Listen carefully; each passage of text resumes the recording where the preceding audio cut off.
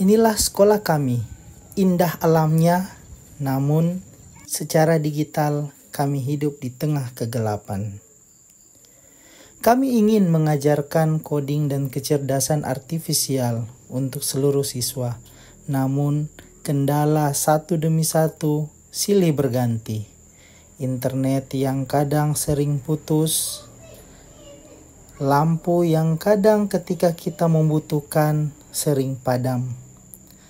Namun ketika semangat kami mulai turun, kami tidak berhenti. Kami mencari alternatif lain untuk terus memberikan pembelajaran. Saya menggunakan algoritma dalam ular tangga untuk mengajarkan konsep coding dan kecerdasan artifisial. Walaupun listrik padam dan juga jaringan hilang, kami tidak berhenti untuk mencari cara.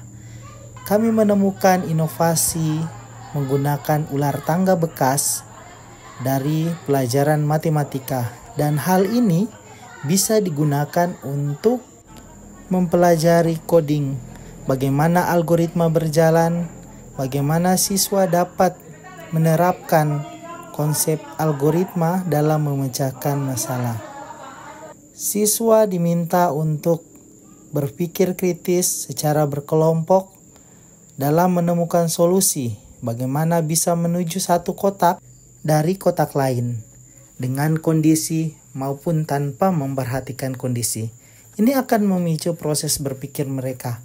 Kami tidak berhenti untuk selalu menggunakan alat-alat yang bisa kami gunakan maupun dengan keterbatasan yang ada. Dengan menggunakan alat ini, siswa dapat mempelajari coding walaupun dalam kondisi yang terbatas. Mereka terlihat sangat menikmati permainan yang sedang mereka jalankan. Ini melatih proses berpikir kritis mereka, bagaimana menemukan solusi dari permasalahan-permasalahan yang diberikan. Secara tidak sadar, mereka melakukan proses berpikir. Setiap siswa antusias dengan proses berpikir dan berkolaborasi mereka. Mereka bekerja sama, mereka menemukan solusi, mereka mencari demonstrasi yang cocok dengan solusi yang telah mereka pikirkan dan mereka tulis.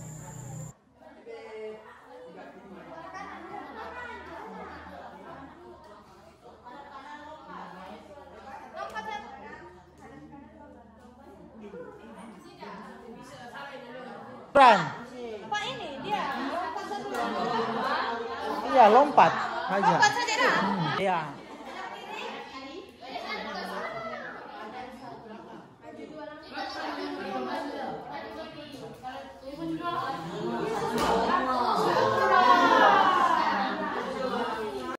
Dedikasi seringkali meminta pengorbanan personal. Sinyal hanya ada di sini. Jadi saya terkadang membawa anak-anak saya untuk mencari sinyal di sini. Menjalankan dua peran sekaligus. Terkadang berbagi dan belajar harus dilakukan di ibu kota. Menembus hutan yang sepi, menemukan kabut di tengah jalanan. Bukan karena tuntutan dinas, tapi karena janji pada diri untuk tidak pernah berhenti berinovasi. Jalan yang dilalui menjadi saksi bagaimana perjuangan yang saya lakukan untuk bisa belajar dan berbagi.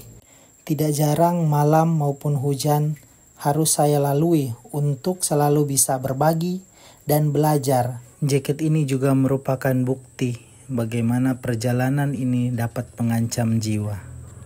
Untuk bisa berinovasi, menciptakan pembelajaran yang menarik bagi siswa saya dan bermanfaat untuk semua.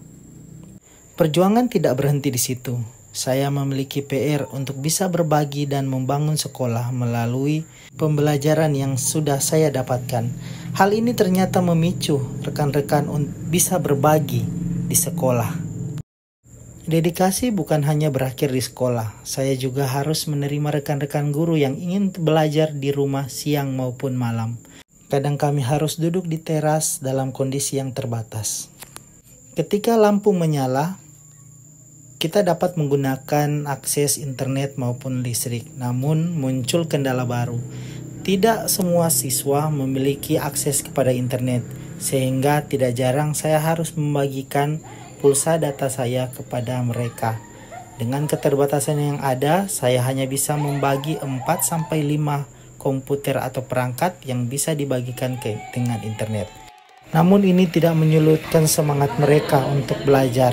Dengan berkelompok, mereka dapat mempelajari algoritma-algoritma yang telah dipelajari sebelumnya menggunakan ular tangga dan menerapkannya di sini. Seru, bisa belajar, bermain sambil belajar. Bisa ada pengalaman baru, dapat pengalaman baru, serunya itu karena bareng teman-teman bisa berpikir yang kreatif. Oke.